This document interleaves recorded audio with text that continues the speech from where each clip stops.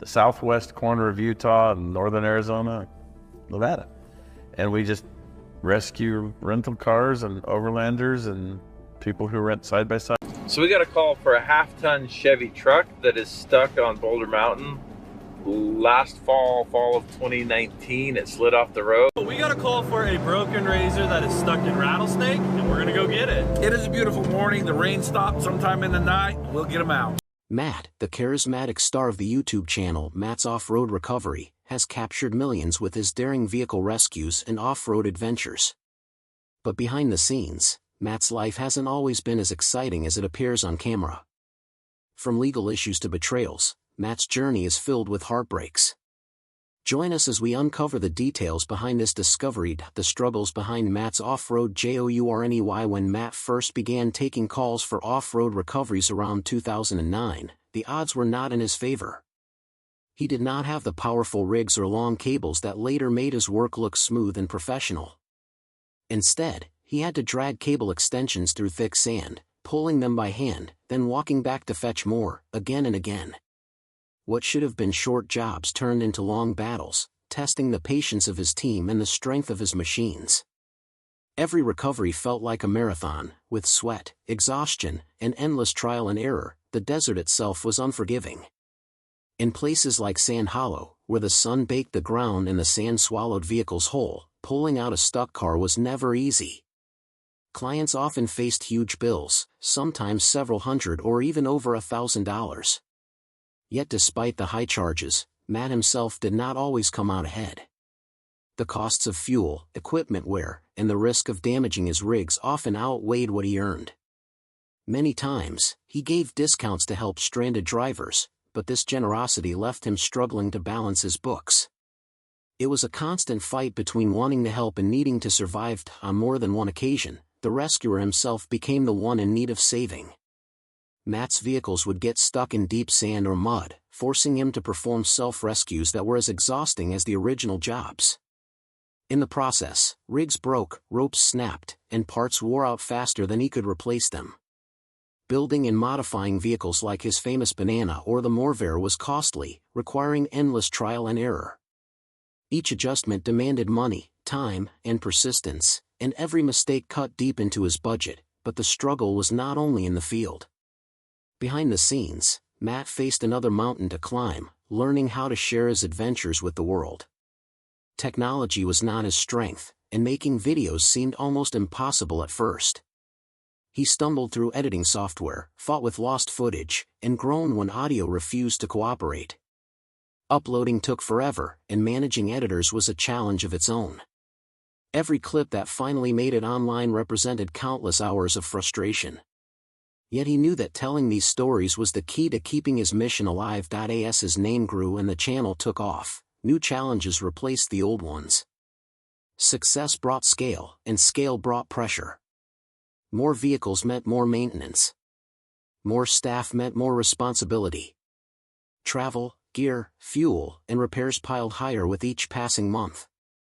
Balancing the costs of real off-road recoveries with the demands of producing content for a growing audience was like walking a tightrope. One wrong step could send everything crashing down. Money was another constant headache. Payment disputes with insurance companies, especially delays or underpayments, pushed him into difficult corners. In some cases, large recoveries like trucks or RVs left him with far less compensation than the effort required. Losing money on tough jobs became a familiar pain. Each time it happened, the temptation to find new ways of bringing in revenue grew stronger, adding more weight to his shoulders. Then came the pressure of public eyes. Every recovery was filmed, every move was on display, viewers saw it all, the smart calls, the mistakes, the near misses. Criticism poured in whenever things looked sloppy or dangerous. Fans loved the spectacle, but the very same need for dramatic footage sometimes pushed Matt to take greater risks. The chase for engagement clashed with the need for safety and ethics, forcing him to make hard decisions. What kept everything moving was grit. Even in the face of financial strain, broken gear, harsh criticism, and exhausting recoveries, Matt pressed on. The struggles were heavy, but they shaped the story that millions came to follow. Despite all these struggles, it did not stop the betrayal that awaited him, the bitter wound of betrayal. Matt's journey into the public eye was never just about engines, cables, or daring rescues. His name was becoming a household brand, his videos reaching audiences across the country and beyond. But as his reputation grew, so did the attention of those standing closest to him. And in the shadows of that success lay a painful truth: the deepest threat he would face would not come from a rival business or a distant critic, but from someone inside his circle. This man, whom we will call KC, was not an outsider looking in. He had been present through the climb, watching every milestone and setback unfold. KC was not just an employee or a casual acquaintance. He was someone Matt considered a friend, someone woven tightly into the daily workings of the company. He had seen the YouTube channel blossom, understood the mechanics of how recoveries were filmed, edited, and shared, and knew the intricate details of how things operated behind the scenes. That closeness made what followed sting far more than any legal penalty ever could. As the channel's popularity exploded, the friendship began to show cracks. KC, according to Matt's account, started to see the spotlight as something he deserved for himself. The attention, the recognition, the financial gains, he wanted more. He reportedly believed the audience tuned in for him and that his presence alone justified a greater share of the channel's income. Dissatisfaction hardened into demand, and soon KC was pushing for an enormous cut of the revenue, nearly half of all earnings. What made this storm even more crushing was its timing. Matt was already under immense stress from an ongoing investigation into his business practices, the weight of legal scrutiny pressed on him daily, his reputation and livelihood hanging in the balance. It was at this most fragile moment that KC allegedly chose to act. What unfolded next, by Matt's telling, was nothing less than blackmail. The ultimatum was chilling. KC wanted a huge payout, a sum of $40,000, and the condition was simple: pay up or face exposure. KC threatened to reveal private knowledge of Matt's operations, the very kind of information being examined in the legal case. It was not a hollow bluff either. Steps were taken to increase the pressure. Legal letters arrived, ordering Matt to strip KC, his associates, and even members of Matt's family from the videos unless the money was delivered. The betrayal cut deeper when KC, armed with intimate knowledge of the business, allegedly used that information to make Matt's situation with the authorities more complicated. Every vulnerability, every crack in the foundation, was pressed hard. It felt calculated, designed to cause maximum damage at the very moment Matt was fighting to keep his company alive. For many, the legal issues themselves would have been the most unbearable weight: probation, fines, the endless stress of lawyers and courtrooms. But for Matt, the most devastating. Through that company, he had a contract with the American Automobile Association. This arrangement worked smoothly for ordinary breakdowns, dead batteries, flat tires, and cars that simply needed to be hauled from one spot to another. But Matt's specialty was never the ordinary.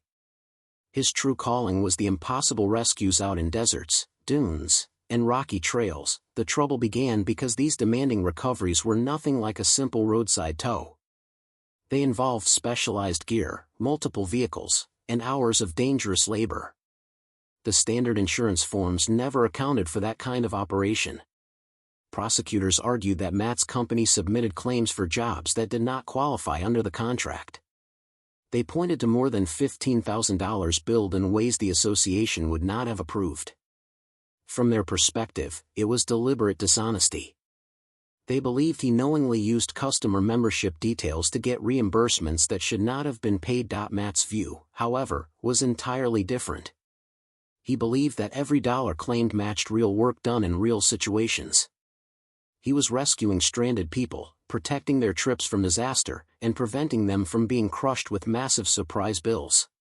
If the company refused to reimburse those rescues, the customers would have been left paying thousands of dollars themselves. He saw his actions not as deception but as compassion, bending rigid rules to shield ordinary families from financial ruin. Still, the law does not always bend for compassion. With the felony charge hanging over him, Matt was left facing a trial that could drain his savings and damage everything he had built. After months of stress, he accepted a deal in the year 2022. He did not admit guilt, but he agreed not to contest the charge. The felony was reduced to a misdemeanor, but there were still consequences to bear. He was ordered to serve 18 months of probation, repay the $15,328 in question, and cover an additional fine to the state. The headlines spread quickly. Some people read them and concluded that Matt was dishonest. Others defended him, convinced that he had only tried to do right by his customers. The story divided public opinion, and for a time, it seemed as though the man who had pulled so many vehicles out of impossible places might not be able to pull himself free from this trap. But the most painful twist was not written in those news articles. The prosecution itself had not been sparked by a distant company. It had not been launched by an angry stranger. According to Matt, the very heart of the case was pushed forward by someone within his circle, a man he had trusted completely. The sharpest blow was not from the court's penalties but from the betrayal that set the entire ordeal in motion. However, this wasn't the only fight he had to deal with, because success often shines the brightest just before shadows begin to creep in. The weight of DOUBTF for years, Matt had stood as a symbol of courage and kindness, a man pulling strangers out of the harsh desert while carrying a smile that made it all seem effortless. His bright yellow Jeep had become more than a machine. It was a character in the story, a companion on countless adventures that ended with gratitude and laughter. But fame, no matter how genuine, comes with a price. And for Matt, that price was measured not in broken parts or long nights, but in something far heavier, doubt. When accusations came to light, they did more than threaten his business. They pierced through the bond he had built with millions of people who tuned in week after week. Trust, once cracked, spreads like fractures across glass. Some viewers wondered whether every rescue was truly about helping families in need, or whether it was about squeezing more from a system that was never designed for the kind of work Matt's team was doing. For the first time, the question of motive was louder than the roar of engines. At the same time, whispers of disappointment began to rise among those who had been there from the very beginning. The earliest fans remembered raw recoveries, sand flying, cables snapping, and vehicles clawing their way out of impossible places. They felt that over time, the channel shifted toward branding and merchandise, with slick promotions layered over the grit that first drew them in. To them, the spirit of the show had changed. What was once about raw problem-solving in the wild now felt polished, packaged, and less about the challenge. Alongside these doubts came a sharper concern: safety. Watching a rig tumble across dunes or seeing a crew member riding in a half-modified vehicle looked thrilling on screen, but for some, it raised alarm. Enthusiasts in online forums questioned whether every stunt was being handled with enough care. They worried about rollovers, about exposed tubing in cabins, about the risk of a single mistake turning excitement into tragedy. Even though Matt and his crew were skilled, the line between spectacle and safety grew thinner as the stakes climbed. The impact on Matt's career was undeniable, but the real question was how he would rebuild his reputation. Rising from the wreckage. For most people, such a heavy fall would have been the final chapter. It would have been easier to walk away, shut everything down, and live quietly out of sight. The shame, the whispers, and the cloud of doubt might have been too much to carry. Many would have chosen silence rather than standing in the public eye again. And if Matt had decided to disappear, no one could have faulted him for it. But Matt Wetzel did not vanish. Nearly 3 years after the lowest point of his career, with no new accusations or violations trailing behind him, he chose a very different path. Instead of retreating, he stood tall again. He brushed off the dust, faced forward, and went back to doing what he loved most. Rather than avoiding the conversation, he acknowledged it openly. He did not pretend the storm never happened. He met it head-on and kept showing up for his community. Week after week, new videos appeared on his official channels, each one proof that he was not running away. The same bright energy returned to the screen, the same commitment to rescue, to problem-solving, to helping ordinary people stuck in extraordinary situations. His willingness to face it all without hiding became the foundation for something unexpected. The off-road community, along with millions of followers across the globe, did not turn their backs. Quite the opposite. They came together, lifting him higher than ever before. Comment sections filled with words of encouragement, voices reminding him that his worth was greater than headlines or accusations. Fans who had watched him for years believed in the man they had come to know, and their trust became his strongest shield. In the emptiness left by betrayal from one close friend,